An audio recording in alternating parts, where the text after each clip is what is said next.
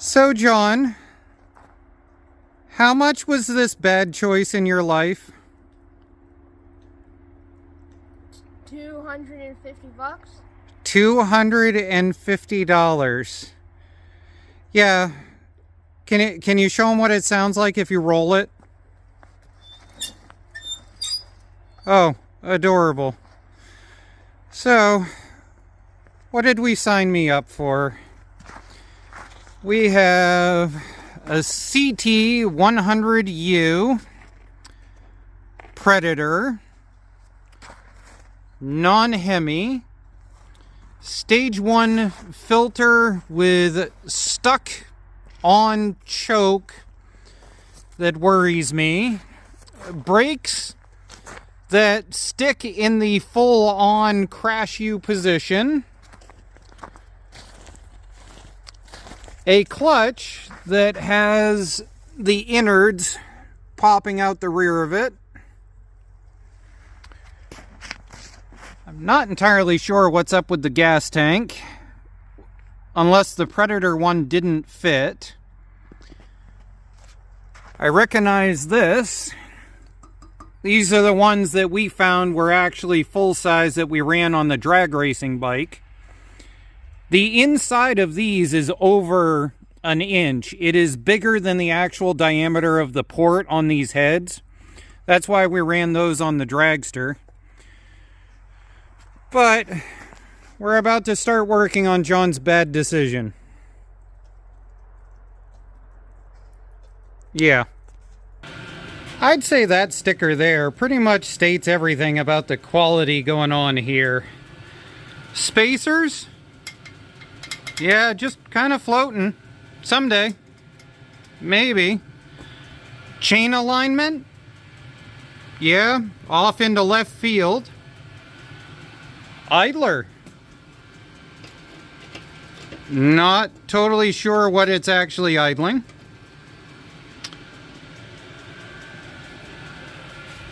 Choke, we already pointed out that we couldn't start it because the choke is stuck, broken, something. We're going to take that off. John couldn't help himself and had to start cutting off oversprayed zip ties that didn't actually, were just kind of hanging out randomly on the frame. Spacer missing in the front, which explains why the whole front wobbles up and down. And, oh yeah, we're gonna pop off the chain and rip the clutch off because whatever menagerie is going on here does not self-return and sticks in the halfway open position. And the worst thing ever, according to the internet, it's on backwards. That's it. The whole bike is totally toast. Burn it to the ground. All done. John popped the chain off and he's going to get the clutch off the other side. As far as this choke is concerned, you can see it's not centered. It's gouging in. There's supposed to be a really thick spacer that goes between these two on this style, and I'm betting that's what the quibble is. If you don't have the spacer, you can grind into this in order to give clearance and then mount this, but really it's easier just to put the spacer in. So I pull it off. Yeah. Oh, interesting. That is a money clutch. That's probably a Hillard. Whoa. That's probably a Hillard clutch. That's not cheap. So why were those all over the place? What does this say? Somebody paid money. That's what that says, because that's, yeah, it is a Hillard. And it looks like it's a real one. So somebody paid good money for that.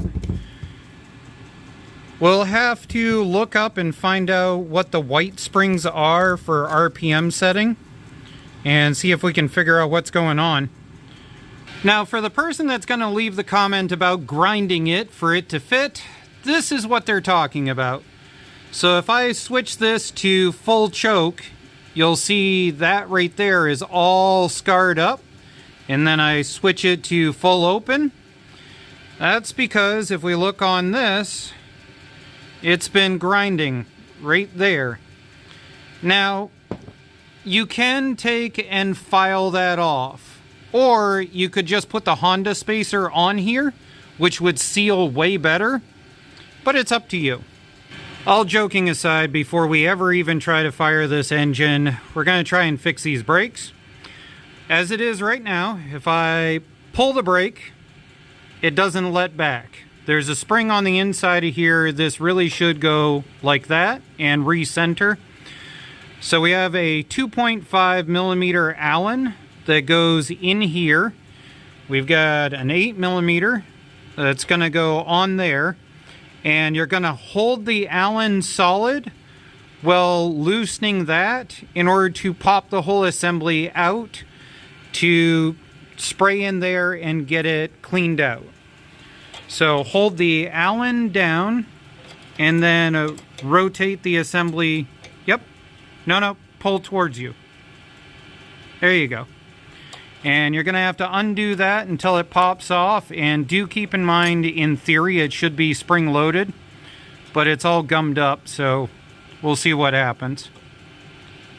Now, this arm should pop off, and there should be a spring under it. Yep, there it is. So this is keyed. And we can see somebody's been in here once before. It's all galled up. This is your clock spring. It's got this little piece that comes out here, and that piece goes to that hole right there. If you can't remember which one of those notches it goes to, just flip it over and put a red line like I did. So when we go to put this thing on, we need to get it to go over that clock spring and then pull forward. And if you do it right, you should be able to put your thumb there, pull it forward, and let go. And now the clock spring is pulling it back to let the brakes off. John and I are currently mulling over whether we should pop the side cover off and see whether this thing has a governor delete or whether it's got anything internally that's been done to it. The jet that I just pulled out, I don't know. It says 73 on it. It looks pretty darn close to stock. And the idle jet looks like it's never been pulled out of this thing. So I'm going to bet it's stock jets. But why would you have stocky stock and then really expensive clutch? The mystery continues. I think we're going to put this back in and see if this engine will fire up and then evaluate from there. Or should we drain the oil and put new oil in and then try and fire it up? What do you think? Drain the oil and then fire it up, I guess. Now, somebody's been in the side cover, obviously, because it's facing the wrong direction. Well, no, maybe that's the stock direction. They never flipped it to make it easier to start on the mini bike. I think we should flip the side cover and then take 5 seconds to see if it's got an aftermarket flywheel. Alright. Okay. John and his little magnet have brought sadness. They found that the magnet goes tink on the side of the flywheel. That means it's stock. Oh well. Fresh gas in it. John insisted on doing the oil. That doesn't look too bad.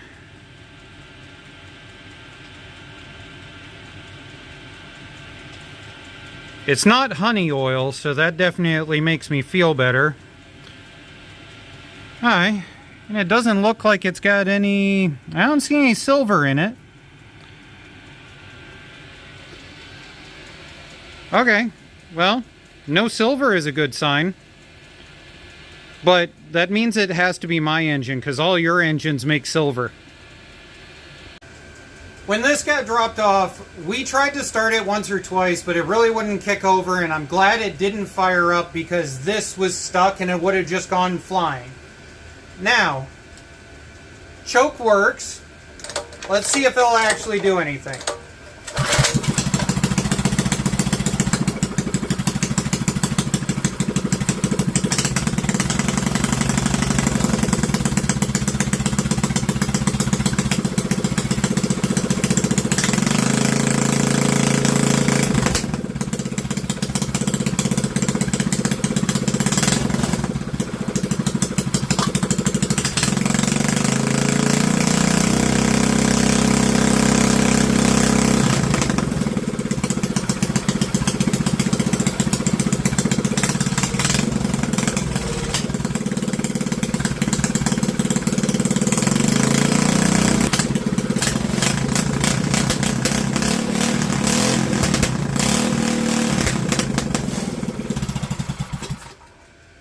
Did you see that?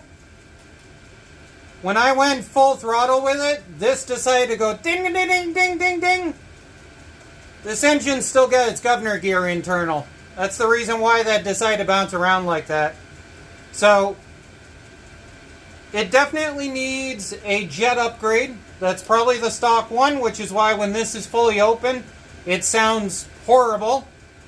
There is no sense sorting out your brakes or your chain until after you cinch up your axle. So we've got that settled, and now these are just hand tight but not turning with the rest of the bike.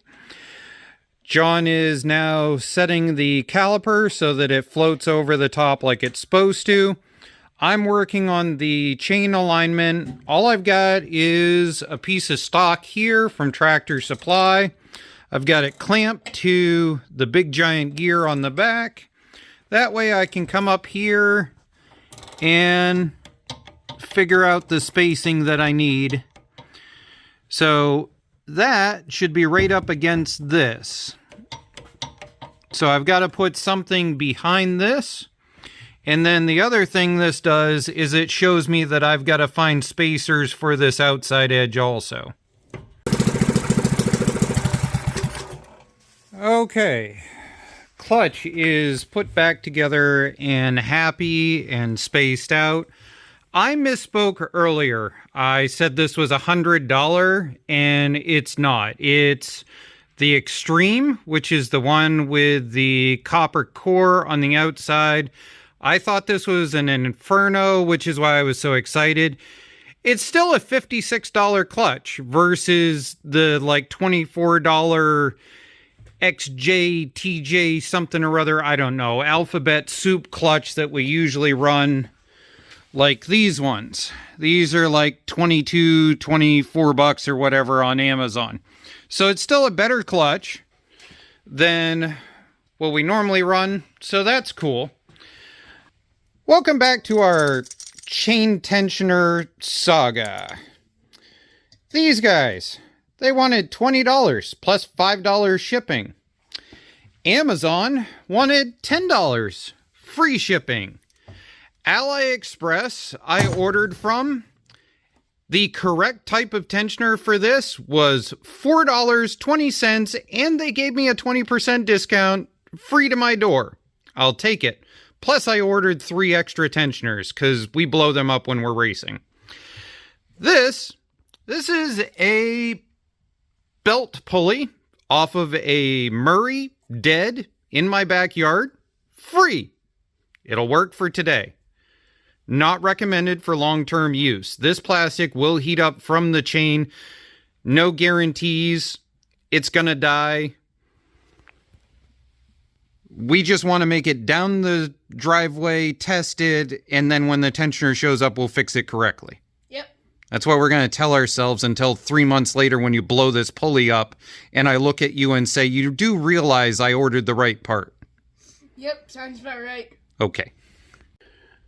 Nothing like a safety kill tether held on with zip ties. Quality, job not so great. We've got this plug, and we got the kill to the engine. So what we're going to do is we're going to pop that, and we're going to put that there. Off of the oil kill, you're going to have this black wire, and you unplug that and plug your kill tether in, and that maintains 2 kills. You've got your primary, you've got your secondary. That's how my racing bike is. That's how almost everything around here is, so that if somebody comes running up and tries to kill the engine, this big red knob that everybody recognizes is still there.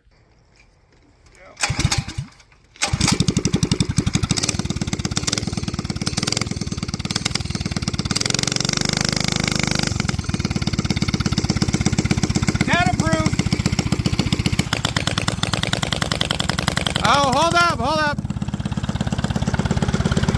We never set the choke from warm-up.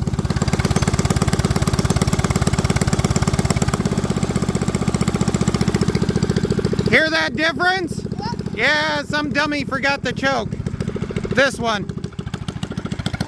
All right, try again.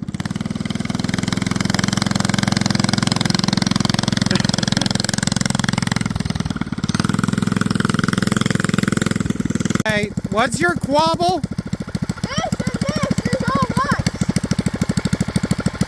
You're a Mainer. You're supposed to know how to drive on ice. Alright, we lowered the air pressure. Go ahead and head back up.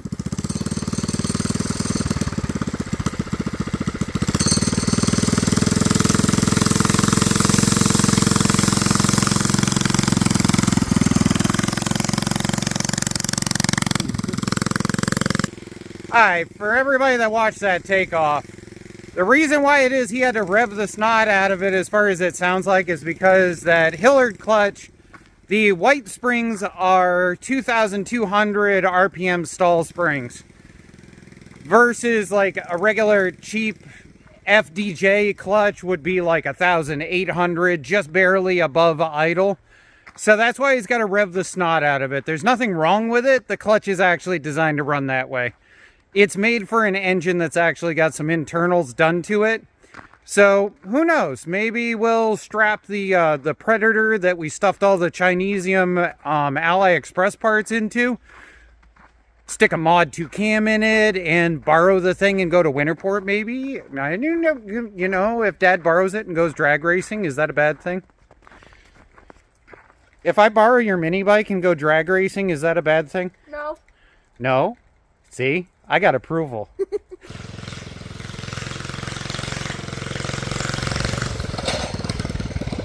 Whoa! Hey, the kill tether works! Yeah. What the hell happened, dude? I lost my grip. Yeah. So you want to know what that was? What? I guarantee it wasn't you. It was spinning out when I was driving down here. This pattern, don't ever ride it in the snow. And whatever you do, do not buy Wanda brand if you want to ride and have grip. These Wandas, they are so solid for a tire. They have no flex, no grip, no nothing. These things just are horrible in the snow. And, you know, the filter just needed one more scrunch. Good job. All right, so I say that we wait for spring when there's not ice on the entire driveway and then play with the mini bike. Sounds good. Sounds good. Hey, the kill tether worked. Yeah. Yeah. Say bye-bye. Bye-bye.